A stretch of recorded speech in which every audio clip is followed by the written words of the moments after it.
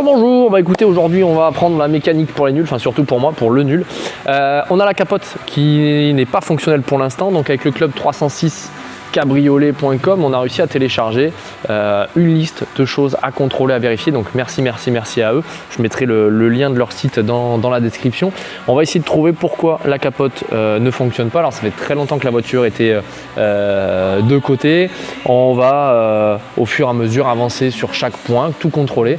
Et puis je vais essayer de vous faire un truc un peu sympa, essayer d'avancer et vous trouver l'origine du problème. Alors la première, si je suis le listing d'informations fourni par le club Peugeot 306 Cabriolet, le premier point à contrôler pour un véhicule qui est resté assez longtemps à l'arrêt, du moins au niveau de la capote, qui est non fonctionnelle aujourd'hui, c'est de réinitialiser le système. Donc comment ça se passe? C'est un décapotage et un recapotage complet 2 fois pour déjà remettre en place le système. On va voir déjà sur la première intervention si ça le fait ou pas. Allez, c'est parti. Bon, première chose sympa, c'est que j'ai pas la clé. Donc là, techniquement, il va falloir qu'on déverrouille. Alors on va déverrouiller de chaque côté la capote manuellement. Et ensuite, il va falloir faire un quart de tour pour ouvrir. Et ensuite, envoyer en manuel. Et on va faire 2 fois cette intervention-là. Bon, je vais aller emmerder les mécanos dessus de VO pour savoir s'ils n'ont pas une clé. On en mettra une pour le gagnant, au cas où. Hop là, bon, mais déjà, on déverrouille. Alors, tac, voilà, hop, chaque côté. Hop là, allez, on est bon. Allez, on va y tourner un quart de tour.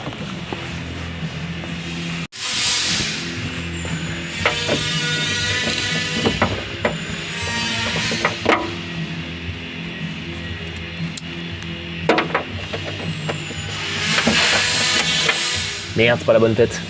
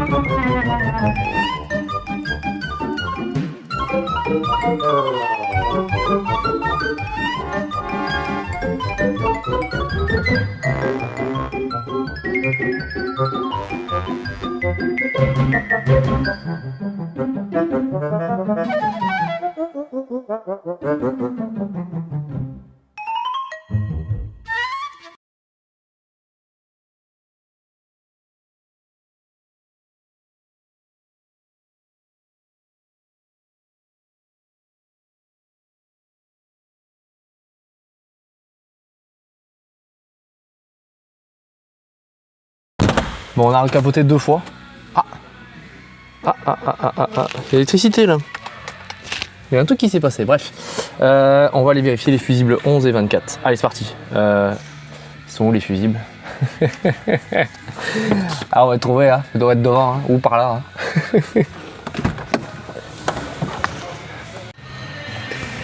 Wow.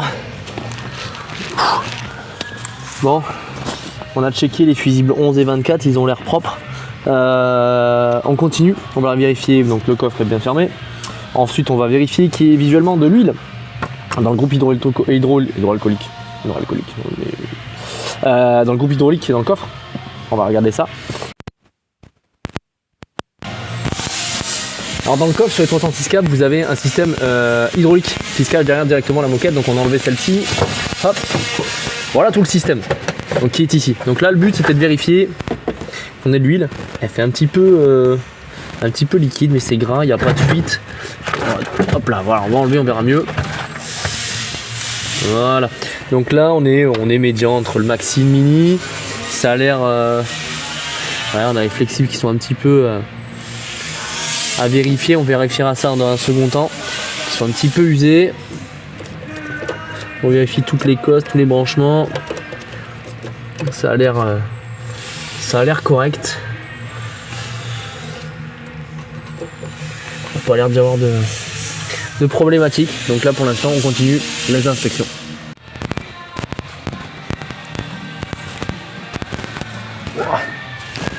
Bon, on a tout contrôlé. Premier check-up. Bon, mauvaise nouvelle, ça fonctionne pas. Donc on va passer directement à chaque étape pour vérifier les vérins. J'ai l'impression qu'il y a un léger décalage sur le vérin, l'un des vérins, le vérin gauche. Alors, je pense qu'il doit y avoir un décalage aussi également sur l'autre. Et qui est la plainte la plus récurrente sur les 306 câbles. Donc on va vérifier ça. Allez, on va continuer. Alors donc, on a trois fiches. On a une qui est vérin lunette. On en a une autre vérin passager et vérin de couvre-capote que j'ai déjà débranché. Sur chaque fiche, donc vous avez une fiche mâle qui va au calculateur et vous avez une fiche qui va au vérin. Elle est numérotée de 1 à 3. Voilà, on voit bien les fils et les numéros. Vous n'allez rien voir, mais c'est pas grave. L'objectif, c'est de vérifier que le vérin est en bonne position. Donc ce qu'on va faire, c'est qu'on va mesurer à l'aide de petit appareil multimètre. On va vérifier la continuité entre les bornes 2 et 3. Déjà voir un petit peu ce qui s'y passe. Voilà, on va voir s'il y a du. Alors, borne 1 et 3 déjà dans un premier temps et ensuite 2 et 3.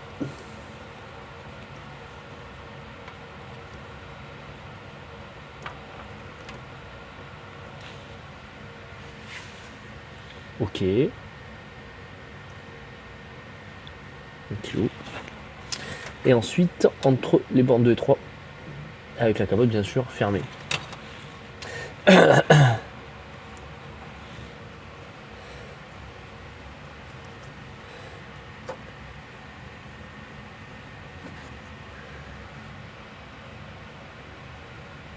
Ok, on a la continuité. Bon, déjà, point important, on est bon de ce côté-là. Donc on va vérifier, donc on a débranché, on va vérifier, on prend le côté qui vient du vérin et non de la pompe. On va vérifier s'il y a une continuité électrique. Donc d'abord on vérifie donc entre la fiche 1 et 3, hop là, tac.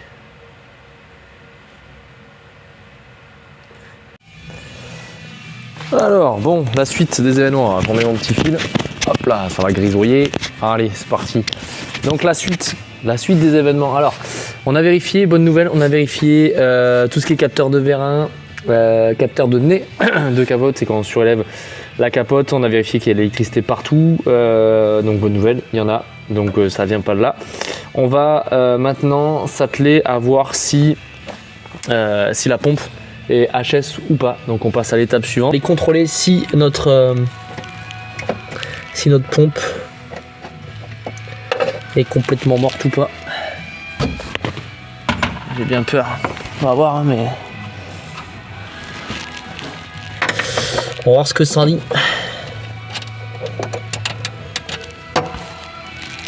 Bon, techniquement, j'ai démonté pour l'instant le feu pour pas grand chose. Alors, je vous montre. On a un petit calculateur comme ça et on va aller déficher. Alors, c'est parti, mon kiki.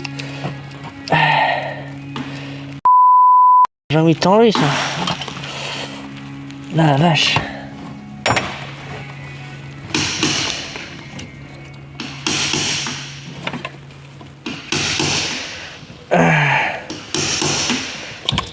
Voilà, et de 1.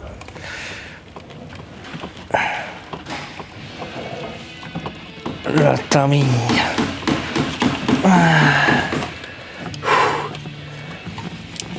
Attends, franchement, j'étais bien mieux vendeur derrière mon bureau, sans déconner. Respect à tous les mécanos, tous les carrossiers, franchement. Je vais me faire engueuler parce que je fais pas les choses correctement, mais c'est pas grave. Allez, zou, on a nos 3 fiches. On a nos 3 petites fiches, on a la 20 VNR, 12 VNR et la 16. Que je me trompe pas de sens, voilà, c'est ça.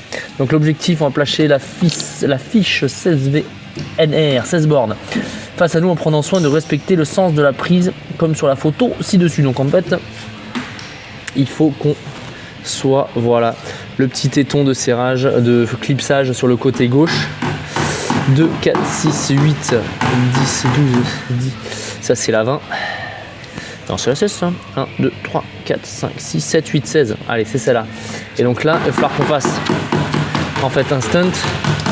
Il va falloir qu'on fasse un shunt. Le mec qui connaît aucun mot de l'électricité. Entre les bornes 16 et 13. Et normalement on devrait entendre un petit clic suivi du démarrage du groupe hydraulique. Il n'y a pas de risque. On va voir. J'avais demandé en carrosserie s'il n'y a pas un petit fil électrique qui traîne. Ou un méca. Allez, j'arrive.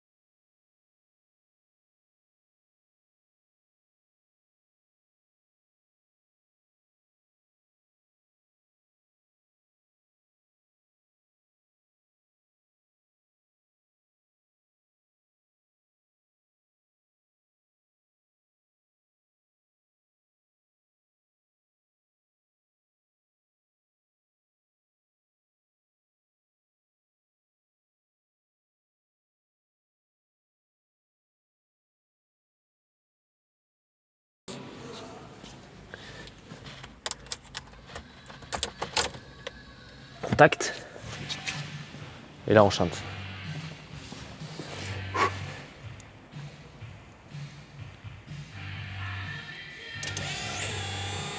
Oui!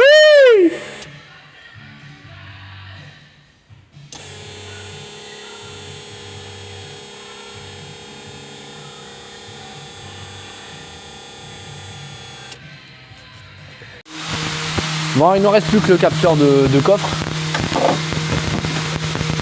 Merde, j'ai pas pris assez haut. 18.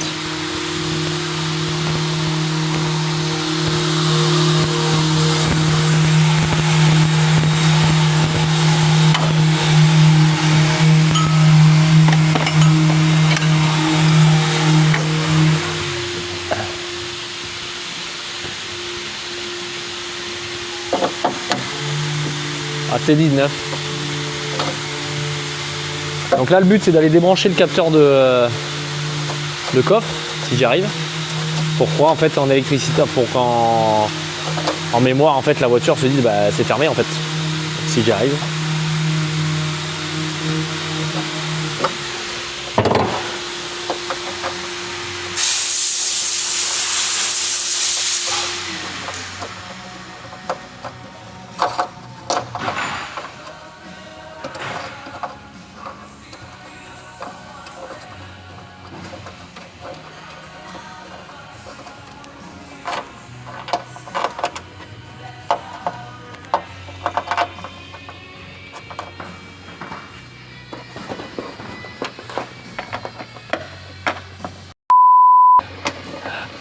Là,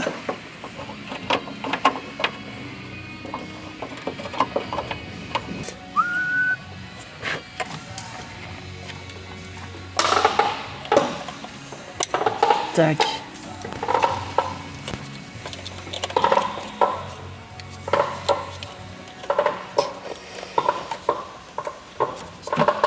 Tac. Tac, ok, on est bon. Tout est rebranché, là on est bon, là on est bon, là on est bon. Allez, où? Ferme le coffre.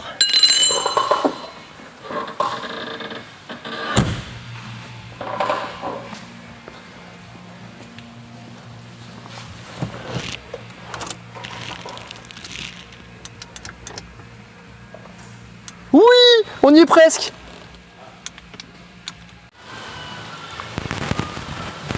Bon, bonne nouvelle à l'instant T, ça y est, le bouton central permet de lancer la pompe hydraulique, donc la pompe on entend tourner.